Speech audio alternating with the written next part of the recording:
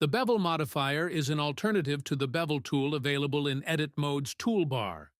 The Bevel Tool was covered in videos 44 and 45. Whereas the Bevel Tool applies a bevel to the selected edges only, the Bevel Modifier will, by default, apply a bevel to every corner edge.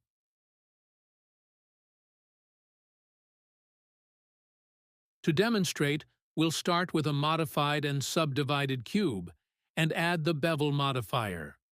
Notice that only edges on the corners of the cube are beveled. The first option in the modifier is to choose between beveling edges or vertices.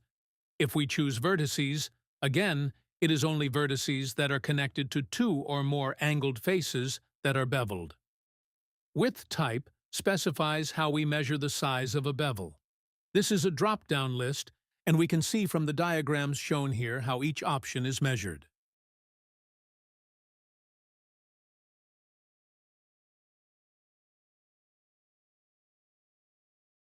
For most shapes, you may not see a difference between offset and absolute.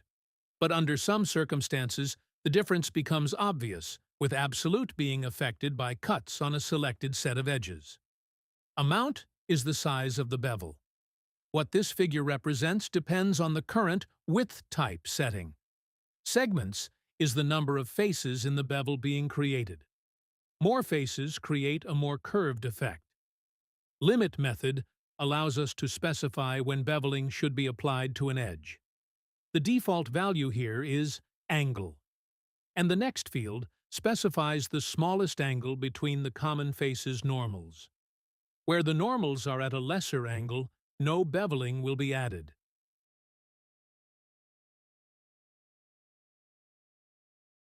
The other options for limit method are none, where all edges other than those on a flat plane are beveled. Weight determines which edges are beveled by the bevel weight they have been assigned.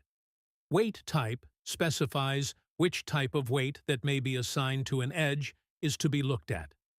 Typically, this will be a bevel weight, but a crease weight can also be used. We'll look at this aspect in more detail in the next video when we return to the edge menu options. The final limit method option is vertex group. To demonstrate how this works, we'll start by setting up a vertex group in our object named V group. With limit method set to vertex group, the label of the next field changes to vertex group. It's here where the actual named group is specified. With this option, a bevel is added only to an edge when both of its vertices are within the selected vertex group. The weight assigned to the vertex group is also taken into account. Where the weight is 0, no beveling occurs. Other values should affect the overall width of the bevel applied, although at the moment at least, the weight value seems to deliver a full bevel or none, jumping from one to the other at around 0.5. To the right of the vertex group field is the invert button. Click on this, and the bevel is applied to edges where both its vertices are not in the named group.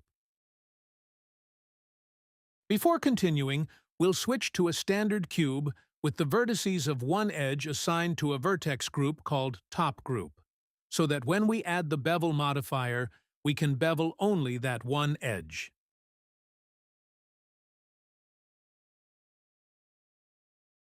With amount set to 2.68 meters and segments to 50, we'll discuss the next set of values which are under the heading Profile. Here we can choose between the default superellipse option or custom. Using superellipse, the shape field takes a value between 0 and 1, allowing us to adjust the bevel profile. Values less than 0.25 create an indented bevel. On the other hand, if we select Custom, we are presented with a graph where we can define our own profile. The first option in this panel is Preset, where we can choose from a set of predefined profiles. Support loops, cornice molding, crown molding, and steps each give their own unique profile. But in the cases of support loops and steps, if we adjust other factors such as the number of segments, then To implement the change in the profile, we must click on the Apply Preset button that appears when these changes are made. The default option returns the profile to its original straight line. If we don't want to use a predefined profile, we can create our own in the main panel below by clicking and dragging at various points on the line. Each point we add to the graph not only adjusts its shape, but also causes a redistribution of the new edges created by the bevel. Above the main design area is 2 zoom buttons on the left.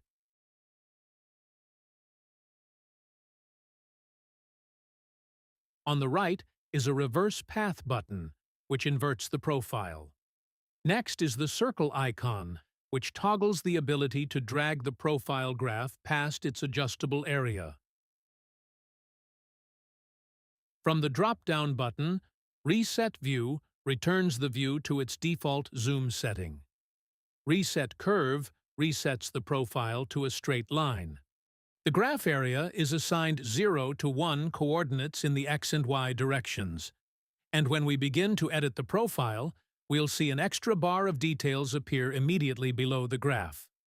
The largest area gives the XY coordinates of the current point being moved. To delete that point from the graph profile, click on it, and then the X button to the right of the coordinates. On the left of the bar are various ways of controlling the profile by treating it as a mathematical curve. We'll have a lot more to say about curves and modeling with curves in future videos. For the moment, all we need to know is that each option offers a different method of adjusting the shape of our profile, with some of the methods adding what are known as curve handles for even finer control. Finally, we come to the 2 checkboxes beneath the graph area. These adjust the position of the new edges in the bevel area. To see these changes, we'll switch to wireframe mode. Sample Straight Edges moves the edges so more are added to any flat faces that appear in the profile. Sample Even Length places the edges at equal spacing across the whole of the bevel area. Before moving on, we'll change to a new shape. This is another modified cube whose shape is designed to show off the features of the geometry section of the Bevel Modifier panel. Again, to restrict beveling to a specific area, we'll use a vertex group, and to show the changes to the bevel, we'll display the scene in wireframe mode. We'll set segments to 8 to allow enough detail to show off the various options. Now, expanding the geometry heading, we are presented with a collection of new options. The first 2 fields make use of the term miter. This is where 2 or more bevels meet at an angle, and these 2 fields determine between them the overall shape of the miter. Miter Outer offers 3 options: Sharp, the default, Patch, and Arc. Each option adjusts the faces created at the intersection between the vertical and horizontal bevels. Miter Inner affects this part of the bevel. The various combination of miter outer and miter inner values each create their own unique look. When set to Arc, a new field labeled Spread is added. The value here affects the size of the arc and therefore the surrounding faces.